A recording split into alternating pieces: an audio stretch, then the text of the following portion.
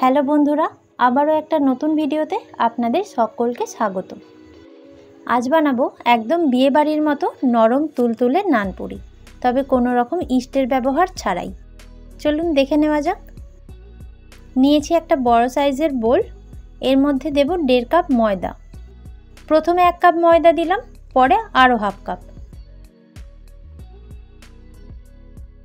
ময়দা সবসময় চেলে ব্যবহার করবেন।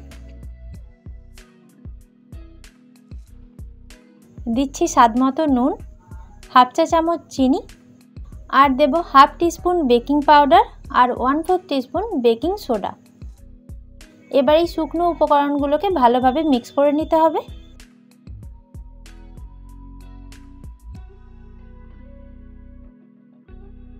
এরপর দেব 1.5 টেবিল চামচ সাদা তেল আর হাফ কাপ টক দই। যতটা টক দই দেবেন তার 3 গুণ দিতে হবে ময়দা। এবার এই টক দইয়ের সাথে ময়দাটাকে ভালোভাবে মিক্স করে নিন। এটা একটু মিক্স করার পর দিয়ে দিচ্ছি উষ্ণ গরম জল। একবারে অনেকটা জল দিয়ে দেবেন না, অল্প অল্প করে দিন এবং এটাকে মাখতে থাকুন।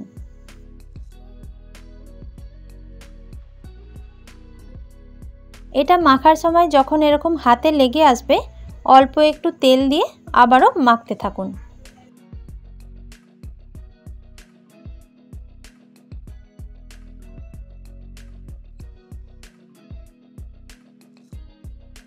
যখন দেখবেন যে ডোটা বেশ মসৃণ হয়ে গেছে, ওপর থেকে আরও একটু তেল লাগিয়ে নিন।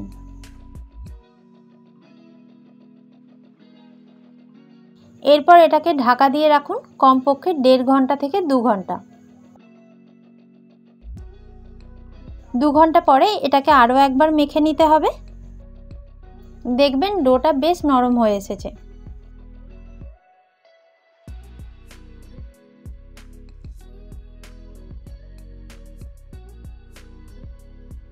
এরকম রুটি বা পরোটার সাইজে লেচি কেটে নিন। 1.5 কাপ ময়দায় আমি এখানে 6টা লেচি কেটেছি। এবার এগুলোকে দুটো হাতের তালুর মধ্যে গোল করে নিতে হবে।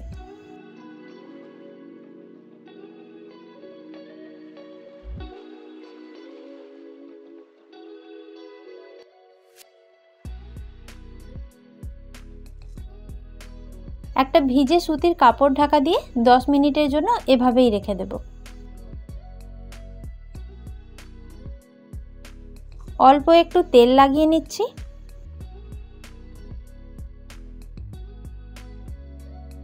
তেল দিয়ে এটাকে ভালোভাবে বেলে নিতে হবে।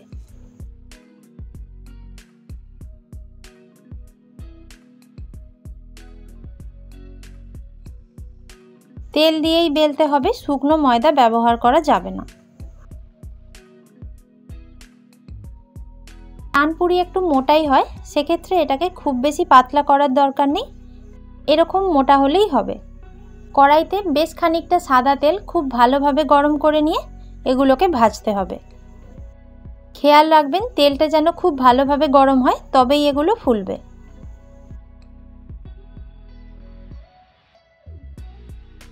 এভাবে উল্টে পাল্টে এগুলোকে ভেজে নিন। একইভাবে আমি বাকিগুলোকেও ভেজে নেব। এই রেসিপি ফলো করলে আপনার নানপুরি হবে একদম নরম তুলতুলে এবং বলের মতো ফুলবে।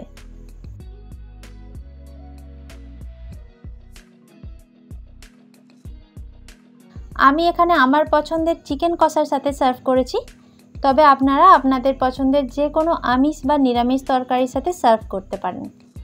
আর আজকের ভিডিওটা যদি ভালো লেগে থাকে অবশ্যই একটা লাইক দিয়ে দেবেন, আর এরকমই আরও ভিডিও পেতে চ্যানেলটাকে সাবস্ক্রাইব করতে ভুলবেন না। Thank you.